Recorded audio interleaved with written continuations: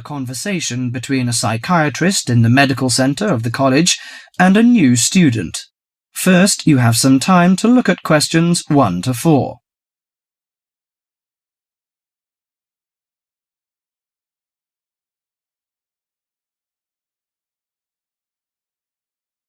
Now listen carefully to the conversation and answer questions 1 to 4. Hello, sit down, please. Thank you. Now, you are a new patient, aren't you? Yes, that's right. Okay, so I'd better get some basic details down first. Right, we'll start with your name. Martin Hansen. Do you spell that S-O-N or S-E-N? Hansen. Okay, and you're a first-year student? Yes, I am.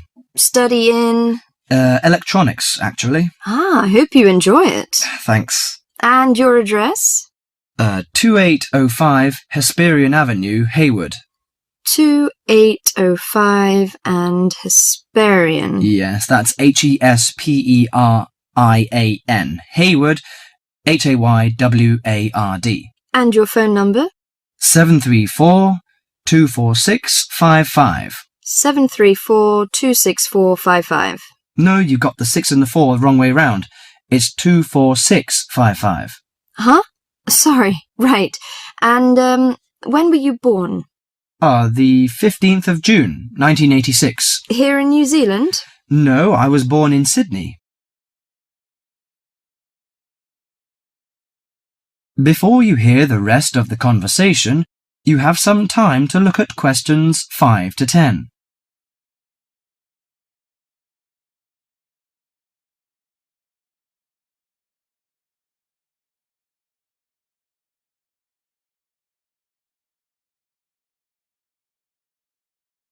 Now listen to the conversation and answer questions 5 to 10. Good. So, what's your problem? Well, frankly, I wonder whether it is a problem. I get the blues, and it lasts for quite a while. I don't know how to... Yes, we all feel sad or get the blues now and again. Generally, our sadness lessens in time, and with the support of friends. However, if the depression leads to difficulty in thinking and greatly disrupts your daily routine, it can be evidence of a psychiatric problem. What do you feel exactly? I always feel sad and worthless. I find it hard to fall asleep and wake up early in the morning. How long has it lasted? Nearly half a month. Do you feel fatigue or loss of energy? Or you may have lost interest or pleasure in usual activities? Yes, sometimes. At first I thought I could overcome it by myself, but I failed, and I'm so glad that you came here. It seems that you are suffering mild depression from your symptoms. Depression? Yes, I feel depressed sometimes. But why would I... Depression may occur as a result of biochemical changes in the body. Alcohol, amphetamines, cocaine, and LSD can bring on depression.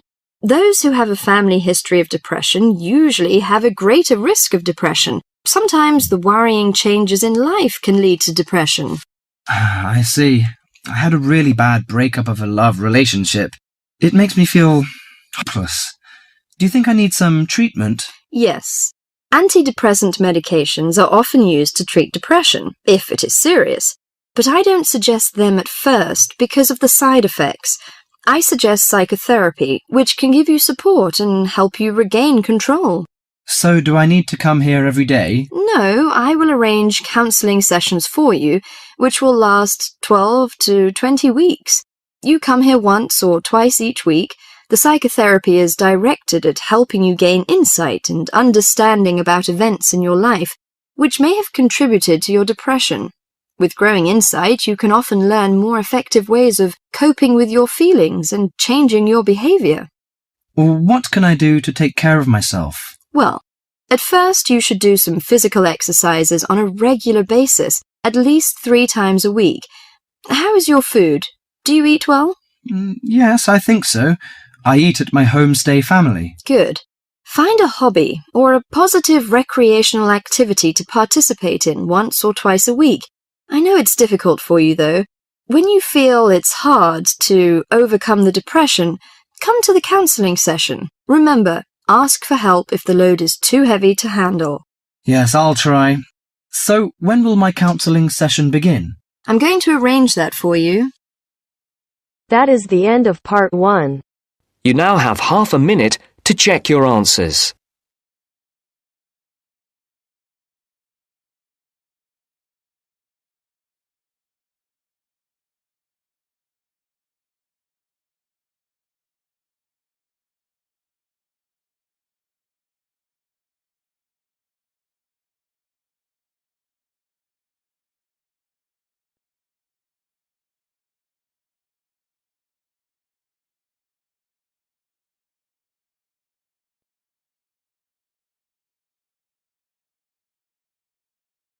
Part 2.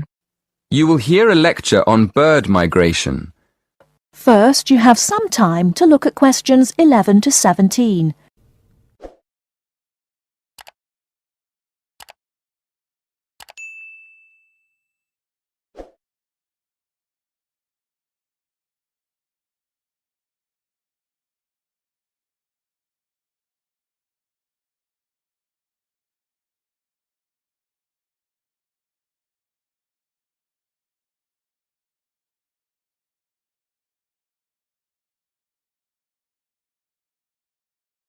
Now, listen carefully and answer questions 11 to 17.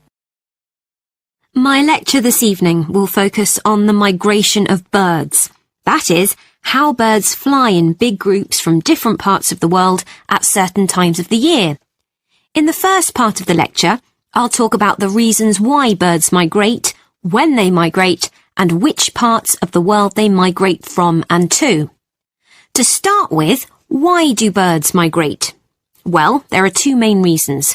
One, they migrate to look for food, and two, they travel to parts of the world that are more suitable for breeding. In fact, these reasons are closely linked. As you can imagine, when birds are breeding, they need extra food to feed their young. And in the spring, in the cooler climates of Europe, there is a lot of food for birds, especially insects. So generally, during the spring, birds fly up from the tropics, which are hot, to cooler climates in the north. They stay there for a few months to bring up their young. And then, when the weather in the north gets cold in the winter, they fly back to warmer climates in the south. Now I'd like to talk a bit about how global warming has affected bird migration. One of the effects of global warming has been to make the spring come earlier in the northern regions of the world. When spring comes early, the plants and insects that birds need to bring up their young are also available earlier. Research has shown that quite a lot of birds have started to migrate earlier because of higher temperatures. But unfortunately for some species, this hasn't been early enough. What I'm saying is that birds that are travelling a long way for breeding may arrive too late to find enough food to feed their young, and their population drops drastically. Scientists are currently researching more about this. Before you hear the rest of the talk, you have some time to look at questions 18 to 20.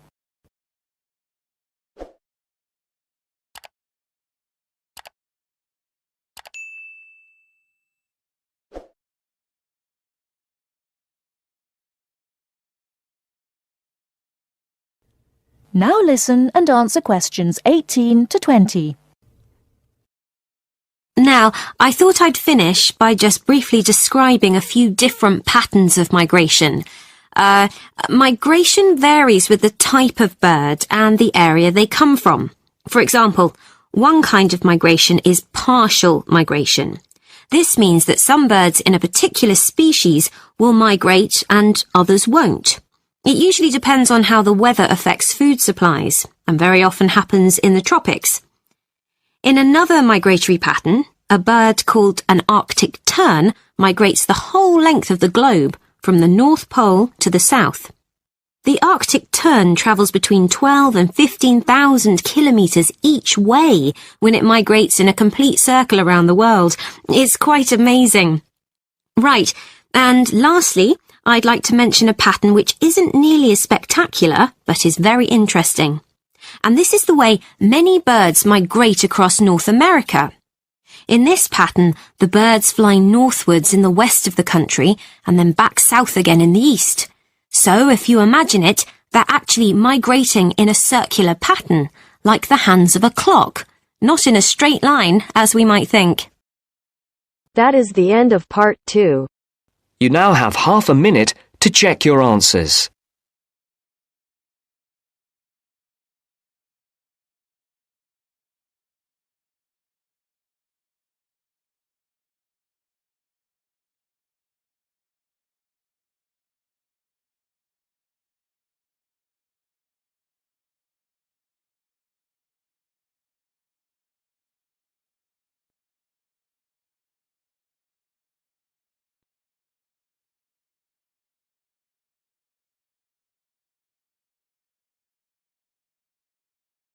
Part 3.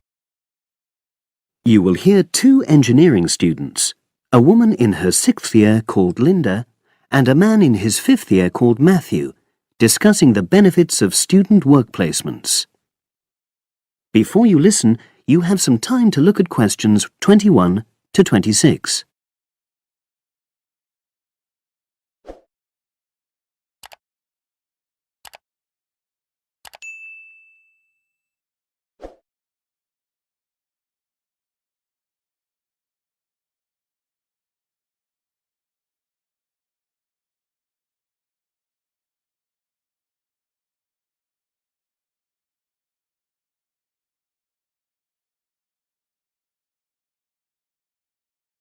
Now listen and answer questions 21 to 26. Hi, Linda. Can you spare a few minutes? Hello, Matthew. No problem. I just wanted to talk to you about temporary work placements. I've never really thought there was a good reason for doing one. I've got some savings, so I don't really need the money at the moment. But I've had an email from the university about a vacancy that looks quite interesting. You did a placement last year, didn't you? I did, yes. In my case, I wanted to find out if I was making the right career choice before I began applying for permanent jobs. I thought I wanted to work in car manufacturing, but I wasn't sure, so I applied to Toyota. What was the application process like? Lengthy. There were a lot of different parts to it. The dullest one was a psychometric test. You know, when you have to answer loads of questions about yourself. And you're trying to guess what's the best thing to say. Yes. Then there was an activity that we did in groups, which I found really fascinating. Engineers are renowned for being a bit unsociable, but I thought we made a great team. And we had an individual task too. We had to sort through various business documents and prioritize them. It was just like what you have to do as a student, really, just with different content. What exactly were you doing on the placement?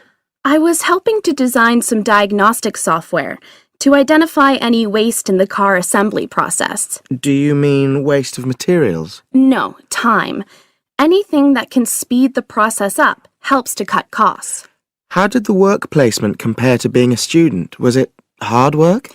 Yes, it was. I'd had full-time work before. I've done various unskilled jobs during university holidays, and some of those involve long hours. So I thought I'd find it easy. I was wrong, though. I think when you're on placement, you're always trying to prove yourself. So you push yourself hard to succeed? Yes. But I got a lot of support from my employers. They were always helpful. And then, at the end of the placement, I was given formal feedback.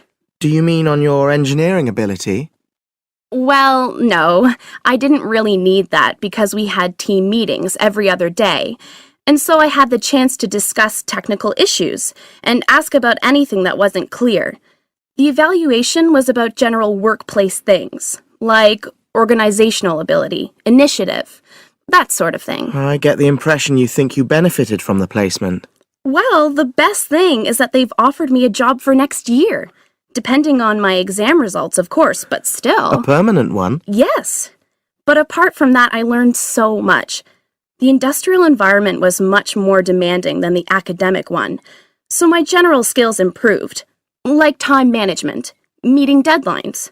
And on the technical side, I learn new software packages, like MS Project. Well, I think you've convinced me that work placements are worthwhile, but while you're here, can you give me advice on something else? Before you hear the rest of the conversation, you have some time to look at questions 27 to 30.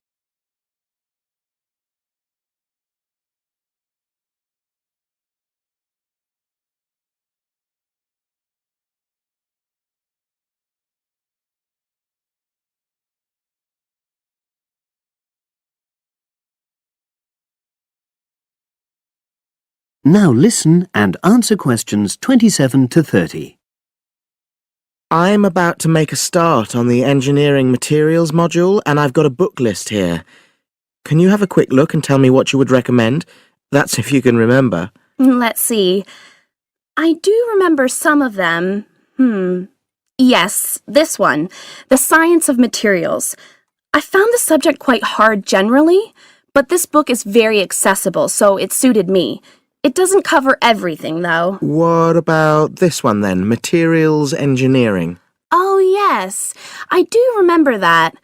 But it's a bit out of date now, isn't it? Unless it's a new edition. I don't think so. But what I liked about it were the pictures. They really helped to understand the descriptions. It's useful just from that point of view. Let's see, what else? Oh, yes, that one there, Engineering Basics. I think out of all these, that's got the widest coverage. But I've looked at the contents page and it hardly mentions nanotechnology. Yes, you're right. The evolution of materials does, though. It's a recent publication, so it covers all the latest developments. It's a bit thin on the 1960s, though, and that decade was quite important. Well, it sounds as if they all complement each other in some ways. I don't suppose you can lend me... That is the end of part 3. You now have half a minute to check your answers.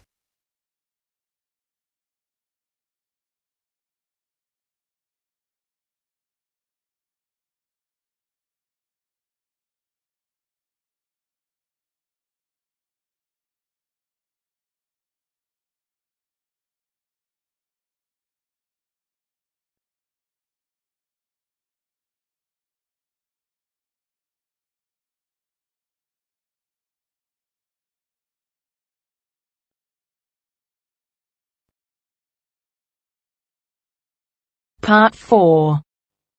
You will hear a lecturer in education talking about some experiments done in the USA to investigate the effects of reducing class sizes. First, you have some time to look at questions 31 to 40.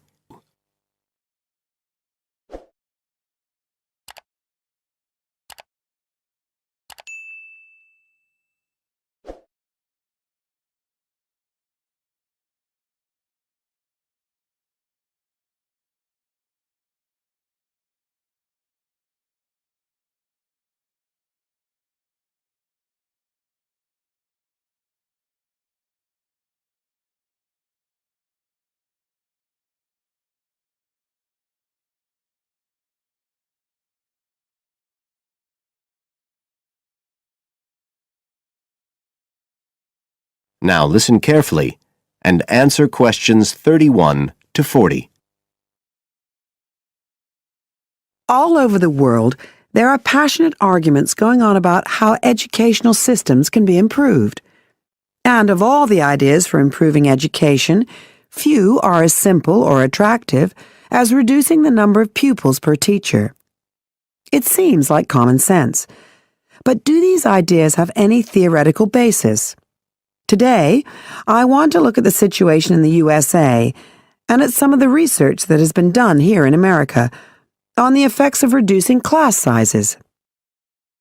In the last couple of decades or so, there has been considerable concern in the United States over educational standards here, following revelations that the country's secondary school students perform poorly relative to many Asian and European students. In addition, statistics have shown that students in the nation's lower-income schools in the urban areas have achievement levels far below those of middle-class and upper-middle-class schools. So would reducing class sizes solve these problems? Well, we have to remember that it does have one obvious drawback. It's expensive. It requires more teachers and possibly more classrooms, equipment, and so on. On the other hand, if smaller classes really do work, the eventual economic benefits could be huge. Better education would mean that workers did their jobs more efficiently, saving the country millions of dollars. It would also mean that people were better informed about their health, bringing savings in things like medical costs and days off sick. So what reliable information do we have about the effects of reducing class sizes? There's plenty of anecdotal evidence about the effect on students' behavior, but what reliable evidence do we have for this?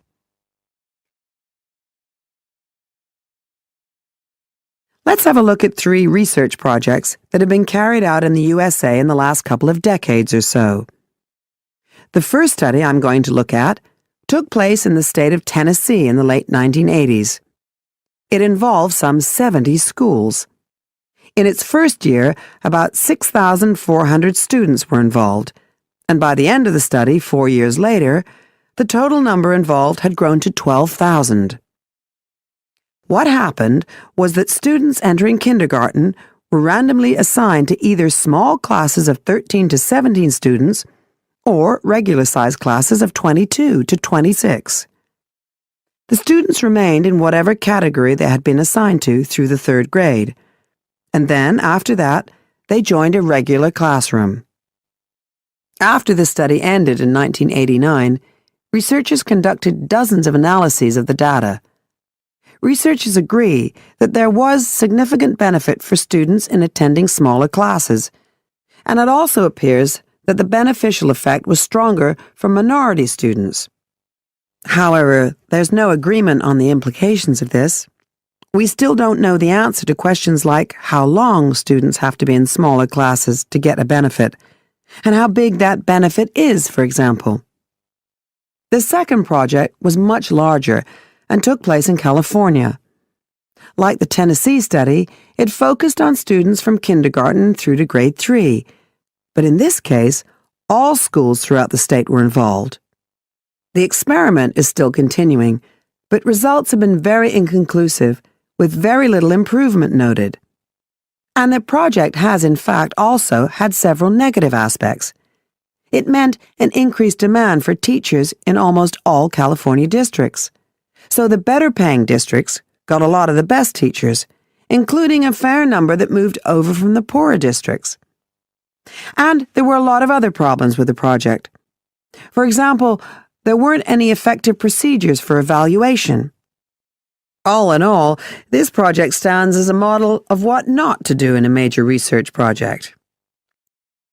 A third initiative took place in the state of Wisconsin at around the same time as the California project began, and it's interesting to compare the two. The Wisconsin project was small.